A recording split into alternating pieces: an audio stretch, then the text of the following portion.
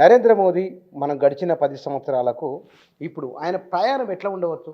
ఎందుకంటే ఆయనకు ఎదురు మాట్లాడేటోళ్ళు లేరు అప్పుడు. గతంలో ఉన్న నరేంద్ర మోడీ కాదని మీరు కూడా ఒప్పుకోవాల్సిందే కదా! అబ్ కీ బార్ 400 పార్ అన్న తర్వాత ఆయన పేరుతోనే మోడీయే బీజేపీ, బీజేపీయే మోడీ అనే పరిస్థితి తీసుకొచ్చాడు. బీజేపీ ఆ పార్టీ గతంలో అట్లుండేది కాదు.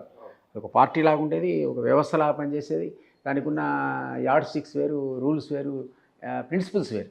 ఇప్పుడు తిలోదకాలు ఇచ్చినట్టు అనిపించింది అది. ఇప్పుడు ఒకప్పుడు వాజ్పేయి లేతే అద్వానీ కాంబినేషన్ కాదు కదా! ఒక్క సీటు తక్కువైతే వాజ్పేయి ఎలక్షన్స్‌కి వెళ్ళిపోయాడు. డిజాల్వ్ చేశాడు హౌస్ మొత్తాన్ని. ఒక్క సీటు మీరు కొనడానికి ఎంతసేపు కొనుక్కోదలుచుకుంటేవాడు అది జరగలే అప్పుడు. ఎందుకంటే వాళ్ళ ప్రిన్సిపల్స్‌కు భిన్నంగా ఎప్పుడు వాళ్ళు బిహేవ్ చేయలేదు. కానీ రీసెంట్ టైమ్స్‌లో మోడీ అండ్ అమిత్ షా కాంబినేషన్ మీరు చూస్తున్నారు. అది డెడ్లీ కాంబినేషన్ అది. దాదాపు 8 రాష్ట్రాలు విరుద్ధం వాళ్ళ టోటల్గా డిఫరెంట్ అది. ఇప్పుడు వాళ్ళు అధికారమే లక్ష్యంగా బీజేపీ కూడా పనిచేస్తుందనడానికి మనకి ఈ 7, 8 రాష్ట్రాల్లో వాళ్ళు చేసినటువంటి రాజకీయ ప్రక్రియలు చూస్తే మనకు అర్థమైపోతుంది.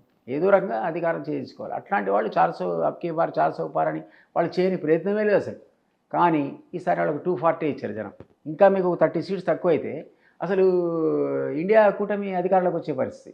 సో అట్లా మోడీ గతంలో మీరు అన్నట్టు అంత ఇన్ఫ్లుయెన్షియల్ పర్సన్ ఈరోజు లేడు. మీరు బిగినింగ్ ఆఫ్ ఇంటర్వ్యూలో మీరు అన్నారు ఈరోజు డిపెండెంట్ గవర్నమెంట్ అని. డిపెండెంట్ గవర్నమెంట్లో మోడీ ఇష్టానుసారం చేయడానికి అవకాశమే లేదు అసలు. ఈ కారణం చేతనే బహుశా ఆంధ్రప్రదేశ్ కూడా 15,000 కోట్లు ఇవ్వాల్సిన పరిస్థితి వచ్చింది. ఒక అనివార్యత. అనివార్యత. సో ఆ అనివార్యతలో ఈరోజు మొత్తం కేంద్ర ప్రభుత్వమే ఉంది కదా! సో మోడీ అప్పటి మోడీ కాలేడు కూడా. అంతే కదా! అంటే భవిష్యత్తు ఎట్లా ఉండవచ్చు జాతీయ స్థాయిలో బీజేపీ అంచనా ప్రకారం? చెప్పలేం. బట్ ఇంకొకసారి అధికారంలో రావడం అయితే అంత ఈజీ అయితే కాదు కదా! సెకండ్ టైం, థర్డ్ టైం రావడమే కష్టం అనుకున్నాం మనం. థర్డ్ టైం రావడమే యాంటీ ఇన్కంబెన్సీ ఉంటుందని ఎట్లయితే కేసీఆర్ థర్డ్ టైం రావడానికి మనం అందరం అనుకున్నాము. ఎట్లా ప్రజలు మార్పు కోరుకుంటారు, యాంటీ ఇన్కంబెన్సీ ఉంది అనుకున్నట్టు చుట్టూ చూస్తే రేవంత్ రెడ్డి తప్ప ఎవరు కనబడకపోవడం కారణం కావచ్చు, వాళ్ళ తప్పులు కావచ్చు, ఏదైతే ఇక్కడ థర్డ్ టైం వాళ్ళు రాలేదు. అట్లా బీజేపీ కూడా థర్డ్ టైం రాదనుకున్నాం. బట్ రావడం గ్రేట్. ఎప్పుడో నెహ్రూ పీరియడ్ తర్వాత ఇప్పుడు మళ్ళీ ఆ రికార్డ్ ఆయన సృష్టించాడు. సో ఇది స్టెబిలిటీ ఉన్న గవర్నమెంట్ ఎప్పుడైనా కూడా మంచిదే, కారణం ఇవి లేదు. కానీ ఇప్పుడు అబ్జల్యూట్ మెజారిటీ వాళ్ళకి లేదు. ఆ రోజు మీకు గతంలో సెకండ్ టైం బీజేపీ అధికారంలోకి వచ్చినాక ఆర్టికల్ 370 వాళ్ళు రద్దు చేయగలిగారు. కాశ్మీర్ని ఆ స్టేటస్ తీసేసి 3 రాష్ట్రాలు కేంద్రపాలిత ప్రాంతం 2 రాష్ట్రాలు చేయగలిగారు. ఆ లిబర్టీ ఈరోజు వాళ్ళకు ఉంటుందా? ఉండదు కదా! ఆ విధంగా బిల్లు మీరు తేలేరు. మీరు ఖచ్చితంగా వాళ్ళ పక్షంలో ఉన్నటువంటి మిత్ర పార్టీలను మీరు ఒప్పించాల్సిన పరిస్థితి వస్తుంది. కాబట్టి అందుకనే డిపెండెంట్గా ఉన్నటువంటి నిర్ణయాలు అనేది ఖచ్చితంగా కూడా కన్సల్టేషన్ ద్వారా జరుగుతాయి తప్ప వాళ్ళు ఇష్టానురీతిగా చేయడానికి అవకాశం ఉందని అనుకోను. కాబట్టి మార్పు ఖచ్చితంగా వాళ్ళ అడ్మినిస్ట్రేషన్ ఉంటుంది, మంచిది కూడా. అంటే అపోజిషన్ కూడా గతంలో కూడా స్ట్రాంగ్ అయింది. ఇదివరకున్న అపోజిషన్ కంటే ఇప్పుడు అపోజిషన్ చాలా స్ట్రాంగ్. 99 మంది ఎంపీలు వచ్చారు మాకు, దాదాపు 100 మంది. అదొక పెద్ద నెంబర్ అది. సో స్ట్రాంగ్ అపోజిషన్ అది ఎప్పుడూ హెల్దీ గవర్నెన్స్కి ఉపయోగపడుతుంది. కానీ ఇక్కడ తెలంగాణలో నెక్స్ట్ బీజేపీ అనే ఒక చర్చ వచ్చింది. 8 ఎమ్మెల్యేలు, 8 ఎంపీలు నెక్స్ట్. ఒకటి బీజేపీలో నేను కూడా సుదీర్ఘకాలం పనిచేసిన. దాదాపు నేను ఆ పార్టీకి వైస్ ప్రెసిడెంట్ కూడా 3.5 years పనిచేసిన. క్లోజ్ క్వార్టర్స్ నుంచి ఆ పార్టీని చూసినాను. కాంగ్రెస్ రాకముందు నేను ఆ పార్టీలో ఉన్నాను. అయితే నా అబ్జర్వేషన్ ఏంటంటే బీజేపీకి అసెంబ్లీ కంటే ముందు ఒక ఊపు వచ్చింది, ఖచ్చితంగా ఒక ఊపు వచ్చింది. అప్పుడున్న పరిస్థితిలో ఈసారి ట్రయాంగిల్ వస్తుందేమో, బీఆర్ఎస్కు 40, ఈ బీజేపీకు 40, కాంగ్రెస్కు 40 వస్తున్నట్టు పరిస్థితి. అంటే 190నే ఒకటి ఇటు ముగ్గురు కూడా సమానంగా వస్తున్నట్టు స్టేజ్. బండి సంజయ్ అధ్యక్షుడు ఉన్న టైంలో ఒక అట్మాస్ఫియర్ కనపడదు. ఏ కారణం చేతిలో బండి సంజయ్ తీశారు. ఆ తర్వాత మీరే చూసారు, కొలాప్స్ అయింది ఆ పార్టీ. ఒక్కసారి కొలాప్స్ అయ్యి 30 సంఖ్య దేవుడు ఎరుగుతాడు. ఆ డబుల్ డిజిట్ రాలేకపోయింది. ఓన్లీ 8 స్థానాలకి పరిమితమైంది వాళ్ళు. సో ఆ పరిస్థితి వాళ్ళు తెచ్చుకున్నారు. అక్కడి నుంచి వాళ్ళు రివైవల్ కావాలంటే ఏ కారణం చెప్పండి? మేము ఫెయిల్ కావాలి. మేము ఫెయిల్ అయితే తప్ప ఆస్కారం వాళ్ళకి లేదు. బీఆర్ఎస్ అనేది మళ్ళీ రికూప్ అవుతుందని నేనైతే అనుకోను. ఇమ్మీడియట్ ఫ్యూచర్లో వాళ్ళకు రివైవల్కి స్కోప్ లేదు. బీఆర్ఎస్కి లేదు, రివైవల్కి స్కోప్ లేదు. ఎందుకంటే పార్లమెంట్లో మీరు చూసారు కదా, ఎక్కడ 39 ఎమ్మెల్యేలు, ఇక్కడ ఒక్క సీటు కూడా రాకపోవడం దారుణంగా పడిపోయారు కదా. వాళ్ళకున్న ఓటు బ్యాంక్ ట్రాన్స్ఫర్ అయింది బీజేపీ. అసలు 8 మీరన్న 8 ఎమ్మెల్యేలు 8 ఎంపీలు ఎట్లా అయ్యాయి అంటే ఓటు బ్యాంక్ ట్రాన్స్ఫర్ అయింది.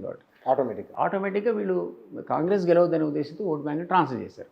ఆ కారణం చేత వాళ్ళు కాస్త 8కి వచ్చారు ఎంపీ. మేము 8, వాళ్ళే మీద పంచుకునే కారణం అదే. కానీ ఇది లోకల్ బాడీకి వచ్చేవరకు ఆ ప్రిన్సిపల్ పనిచేయదు. ఎందుకు పనిచేయదంటే ఓటర్ అనేవాడు ఎప్పుడు కూడా పార్లమెంట్ ఒక పద్ధతిలో చూస్తాడు, స్థానికంగా ఉన్న ఎమ్మెల్యే ఎలక్షన్స్ వేరే చూస్తాడు, లోకల్ బాడీ ఇంకో రకంగా చూస్తాడు. మీరు బీజేపీ నినాకం ఉన్న అప్పుడు బండి సంజయ్ ఉన్నప్పటి ఊపులో మీకు జ్ఞాపకం ఉంటే 48 సీట్లు కార్పొరేటర్లు గెలిచారు ఇక్కడ. 48 మామూలు విషయం కాదు. అక్కడి నుంచి వాళ్ళు ఏం చేశారు ఇప్పటివరకు సిటీలో?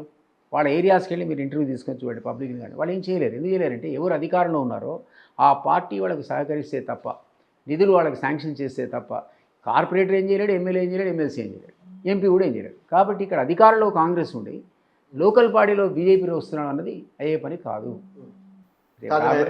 మీకు స్థానిక ఎన్నికల్లో కూడా కంపల్సరీ మీకు ప్రజలు కాంగ్రెస్ని అనివార్యంగా ఎన్నుకోవాల పరిస్థితి వస్తుంది తప్ప బీఆర్ఎస్ అయితే ఖతం అయిపోయింది అని ముట్టుకోరు. బీజేపీని తీసుకొస్తే లాభమైంది, మన కళ్ళెదురుగా 45 మంది ఉన్నారు, ఏం చేయకపోయారు మాకు అనుకుంటారు.